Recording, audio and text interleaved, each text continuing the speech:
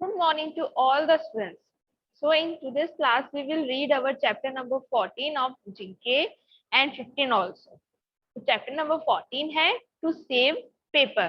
तो इस chapter में हम पढ़ने वाले हैं how to save paper and then we will also let to know how to do all the work in notebooks.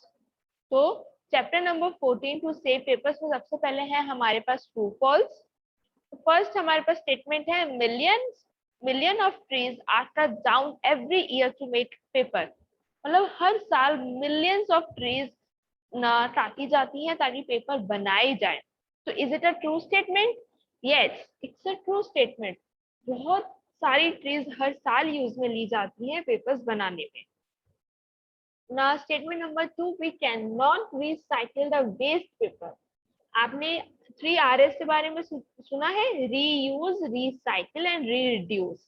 तो उसमें से R है मतलब रिसाइकिल.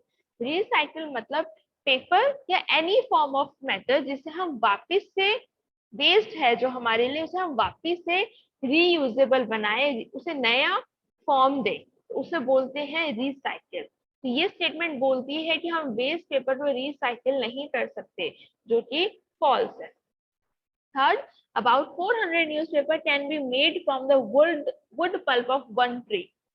तो one tree के wood pulp से हम 400 न्यूज़पेपर बना सकते हैं. It's a true statement.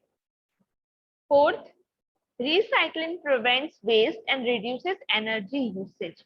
जो recycling होती है वो waste को बचाती है और energy usage को कम करती है.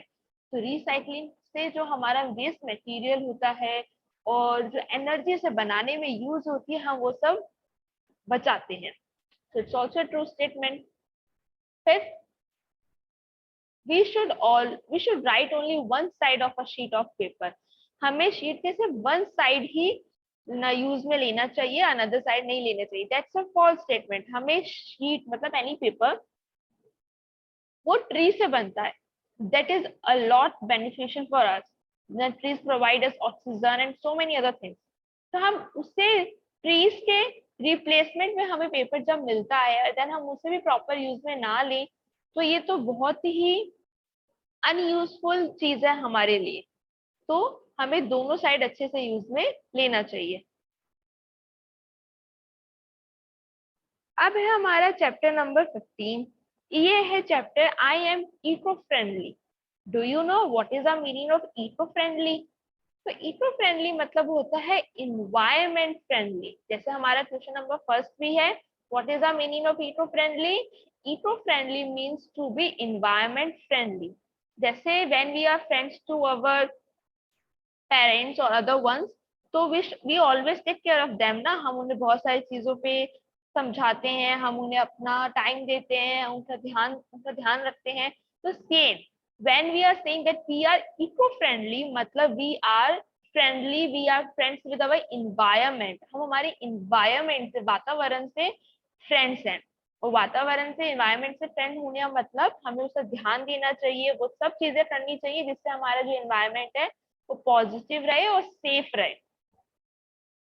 अब आप सब जानते हैं there is a lots of pollution in the world. बहुत सारा पॉल्यूशन है, बहुत सारी चीजों से हमारा जो एनवायरनमेंट है वो डिस्टर्ब हो रहा है, डैमेज हो रहा है, डिस्ट्रॉय हो रहा है. तो वो सब चीजें हमें कोशिश करनी चाहिए कि हम धीरे धीरे उन सब चीजों को हटाएं और हमारा जो एनवायरनमेंट है वो बहुत ही हेल्दी हो जाए. ठीक है. After this the second question we have in this is also true और फॉल्स. तो राइट टी फॉर ट्रू और एफ फॉर फॉल्स स्टेटमेंट. तो first statement we have children should not pluck flowers from the garden. अब garden के अंदर तो बहुत सारे फ्लावर्स होते हैं, तो हमें क्या उन्हें तोड़ना चाहिए? No. So that's a true statement that we should not pluck flowers from the plants.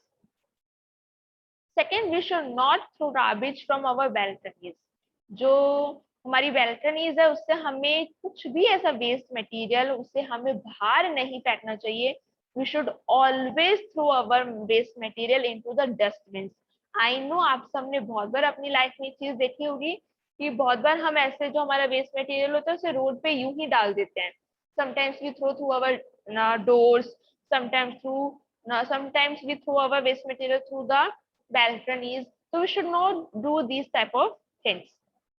Third, plantation should be done by children.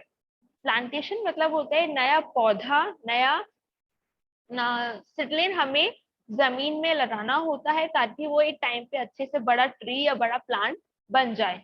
तो हमें क्या बच्चों को ये हैबिट्स डालनी चाहिए?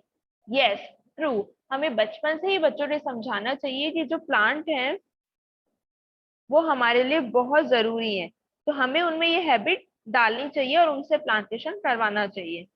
Fourth, it's a good habit to throw wrappers of eatable everywhere. अब हम बाहर जब भी पार्टी में इधर उधर जाते हैं या कहीं भी नई प्लेस पे जाते हैं तो हमारे पास बहुत सारी ऐसी चीजें होती हैं जो खाने पीने की ऐसी बहुत सारी चीजें होती हैं।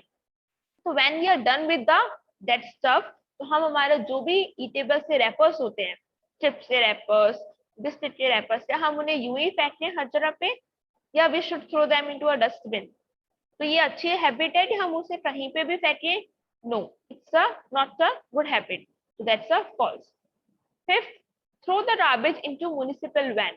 अब जैसे अभी हमारी रिसेंटली हमारी सिटी में न्यू टाइप ऑफ वैन्स जो आती हैं हर एरिया में सुबह सुबह, और सारा वेस्ट लेती हैं, white blue and green something colour उसका है, और वो हर एरिया में सेम टाइप की है। उसमें हमें जो हमारा ड्राई वेस्ट होता है और जो हमारा वेट वेस्ट होता है, वेट मटेरियल, वो हमें सेपरेटली बॉक्स उसमें बने हुए और हमने उसमें सारा डालना होता है। तो ये जो सब सिस्टम ऐसा बनाया जाता है ये म्यूनिसिपल कम्युनिटी के थ्रू बनाया जाता है, मतलब एक ऐसी कम्युनिटी जो ध्यान देती है कि जो सिटी है वो अच्छे से मैनेज होती रहे। और जब वो अपनी तरफ से वो ऐसा सिस्टम चलाती है, जैसे उन्होंने अभी नया सिस्टम चलाया एक वैन भेजना, जिसे म्यूनिसिपल वैन बोलते हैं, ये हमसे हमारा सारा वेस्ट मटेरियल ले लेते हैं, बट उस वेस्ट मटेरियल को सही प्लेस पे भेजते हैं, उसे सही से यूज में लेते हैं ताकि हमारा जो एनवायरमेंट है वो पॉल्यूटेड ना हो। तो दैट्स अ ट्रू स्टेटमेंट, हमें हमारा वेस्ट सारा म्यूनिसिपल वैन में डालना चाहिए। So that was our chapter number 14 and 15. I hope you all understood properly. Make sure you write the work in proper not cursive handwriting, and please finish the work on time and then send it to me.